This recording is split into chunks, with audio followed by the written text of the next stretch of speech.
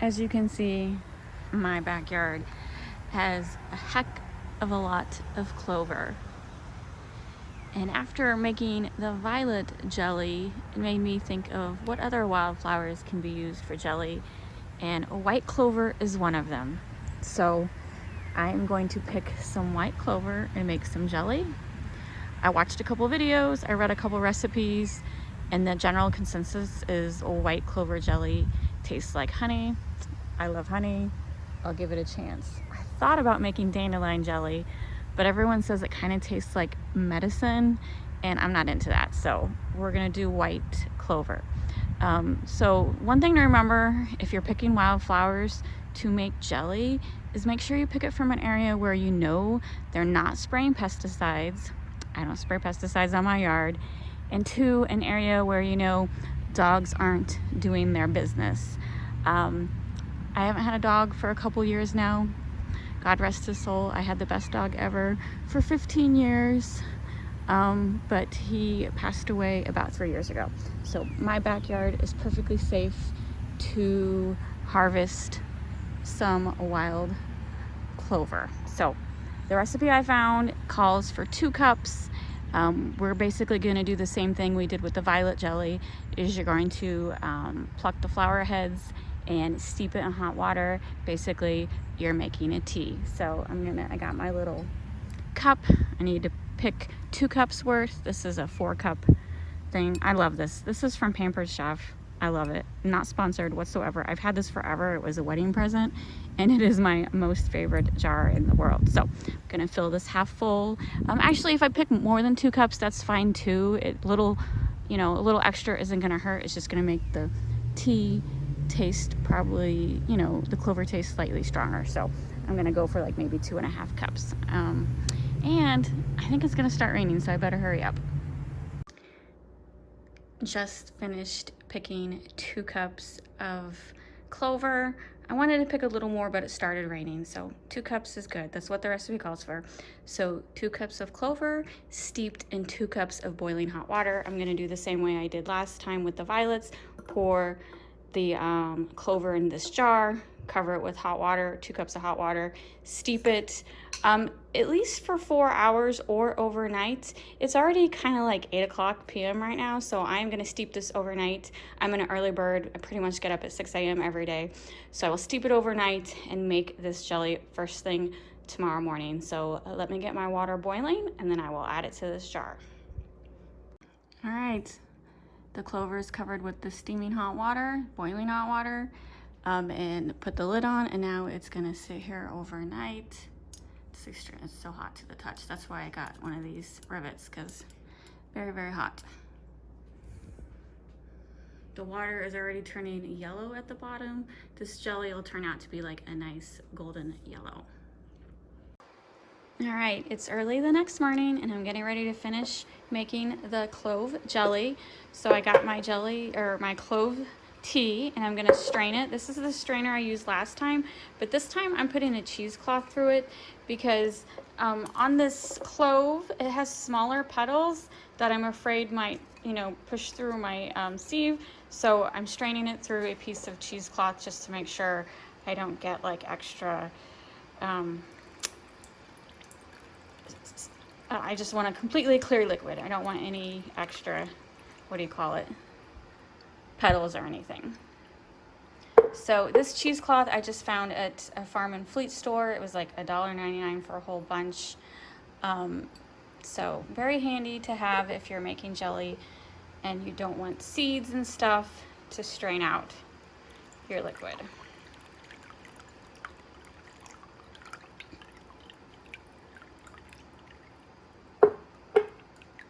I already got my water bath canner on top of the stove, full of water. I'm making like the jelly jar size. So you just want enough water in your canner to cover the top of the jars. You don't need to fill your canner completely full if you're only doing jelly jars. All right, let's see.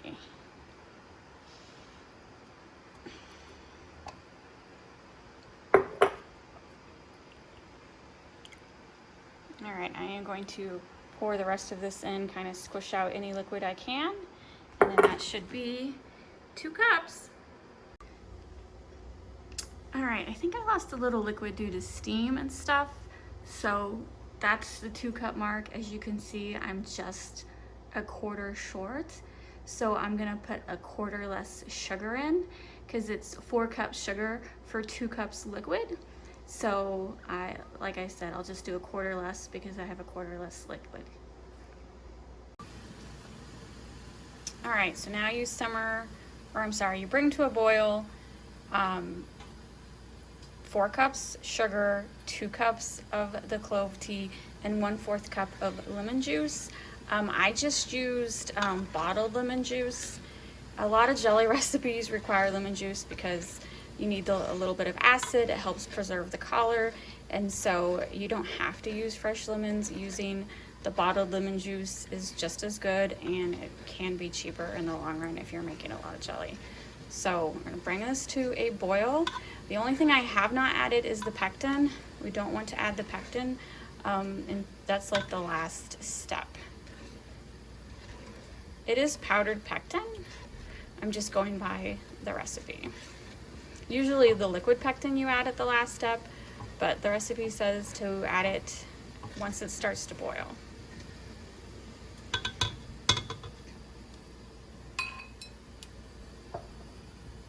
Once it reaches a rolling boil, you add the pectin, stir in 6 tablespoons of pectin, or 1 pack, and then you bring it to a rolling boil and boil for 2 more minutes. All right, it's done cooking. Now I ladle it into my jars. You want a 1/4 inch headspace, and it should make about 5 jars.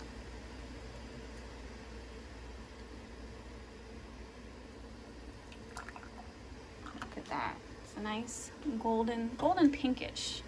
It is white clover, but I did have a couple pink clovers intermingled, so that might be why I'm getting a little pink more than gold. So it made exactly 4 jars, but remember I had a quarter less tea than I expected, and I added a quarter less sugar. So I thought I would have 4.5 jars, but I scraped the bowl perfectly and I got 4 jars, which is fine. This is just for me. I don't plan on giving any of them away, so 4 jars is just perfect. I'm gonna wipe the lids. All these jars have already been prepared. I don't show that. Of course, when you're canning, you want to sterilize all your jars. You want to make sure they're warm or hot, so because when you put them in boiling hot water, if you have cold jars, they're gonna break. I've sterilized. These are all new lids, older rims, but they've all been sterilized. I'm gonna wipe down the rims. That's very important to always wipe down the rims, because if there's any juice or jelly stuff on the rim and you put the lid on, it will not seal properly, and you want a proper seal so your jelly is shelf stable. All right, I just added the jars to the canner. So once the water comes back to a rolling boil, you put the lid on and you boil it for 20 minutes. And then once the 20 minutes are up, turn your stove off, take the lid off, and let them sit in the water for an additional 5 minutes. You don't really want to remove it from boiling liquid. You can hurt yourself that way.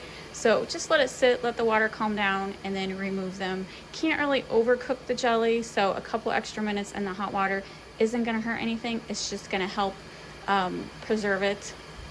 And you just got to be careful around hot water.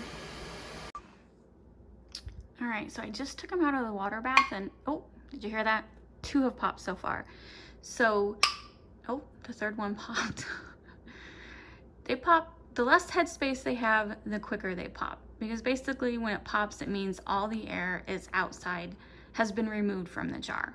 And so the pressure pushes the popping feature down, and that tells you it has a good seal.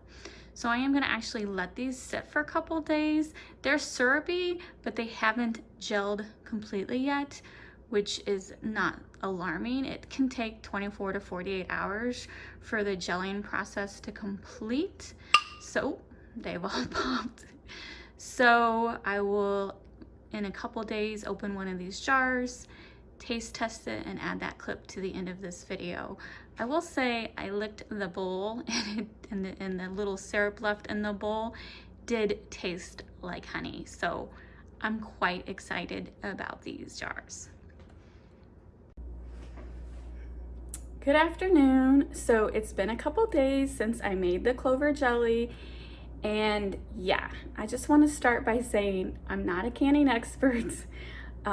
So if you have any canning questions, like, feel free to ask me, but Google is your friend.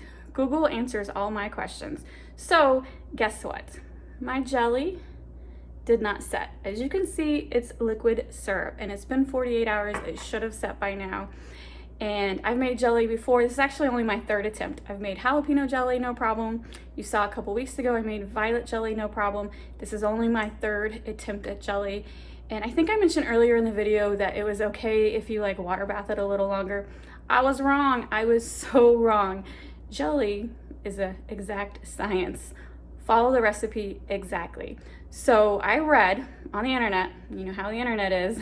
So I read that it is possible to underboil your pectin where it won't set, and then it's also possible to overboil your pectin where you break down the setting agents.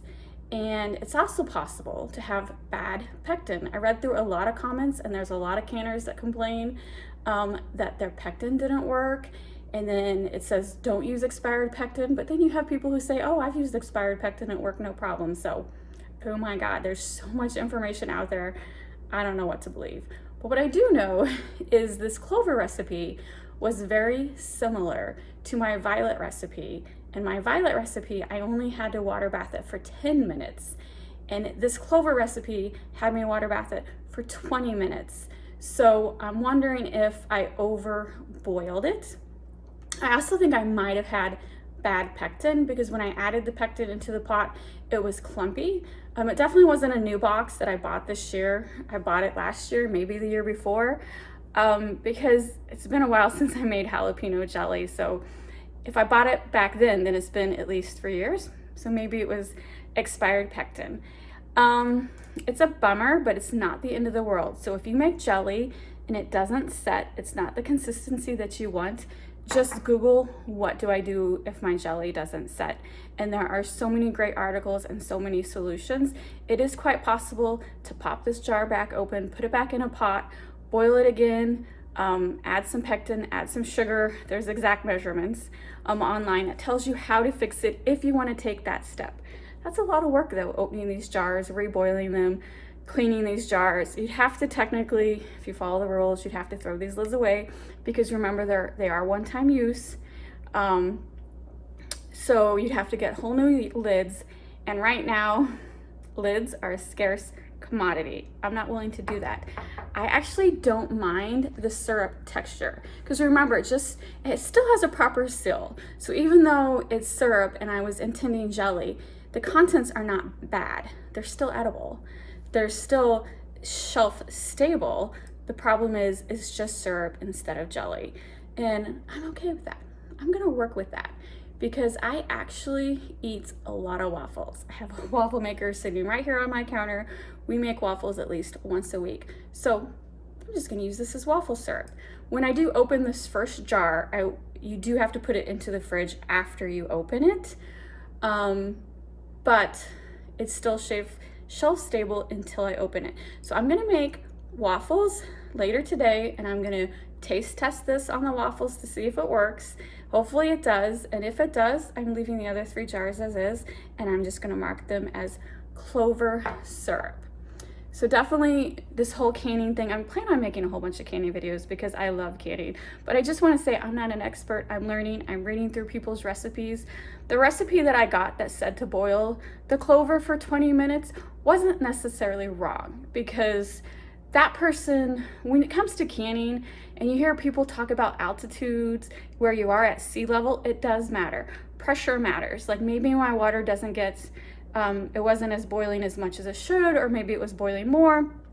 I don't know. There's so many speculations. But back to it depends where people live and where their altitude is on how it affects the canning. So maybe 20 minutes worked for the person who made the original recipe, but I know 10 minutes worked on my violet jelly, and this clover recipe was pretty much the same, so maybe I should have did 10 minutes. I don't know, it's speculation, because maybe it could have been bad pectin. I don't know. All I know is that it didn't set, not the end of the world, it's still good, and now it's syrup. Actually, my husband's kind of happy with that mistake because we use syrup more than we use jelly. I don't know. If I ever make this again, which if it tastes good, I will, because it looks just like honey. The color is beautiful.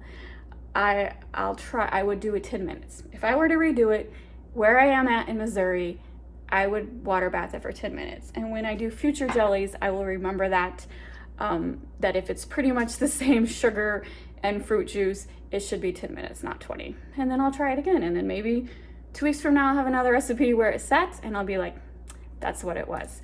So long story short, if your jelly doesn't set, it's not the end of the world. Don't throw it away. It can be reused. It can be, like I said, there's recipes that talk about reboiling it, or if you don't mind turning it into syrup, it can be used as syrup. There's actually ways once you open it to just add a little gelatin and stick it in the fridge. So I just read way too many comments of canners getting upset and just throwing the whole mess away. Don't throw it away. Mistakes can be fixed. That's what I learned. Mistakes can be fixed. So thanks for watching. If you like canning videos and don't mind watching me make mistakes, hit the subscribe buttons, and I will see you later.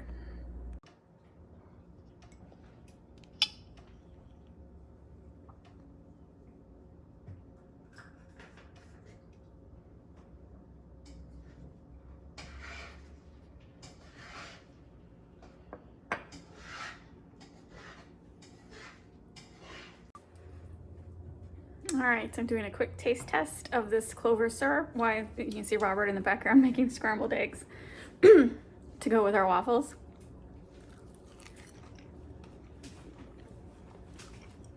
It's actually really good. I really don't know how to explain the taste. Kind of like an orange juice honey. It makes a good syrup. It's good to know that my jelly is not a complete waste, because I will definitely use this as syrup on waffles. So anyway, thanks for watching, and if you make a mistake on canning, remember, it can be fixed.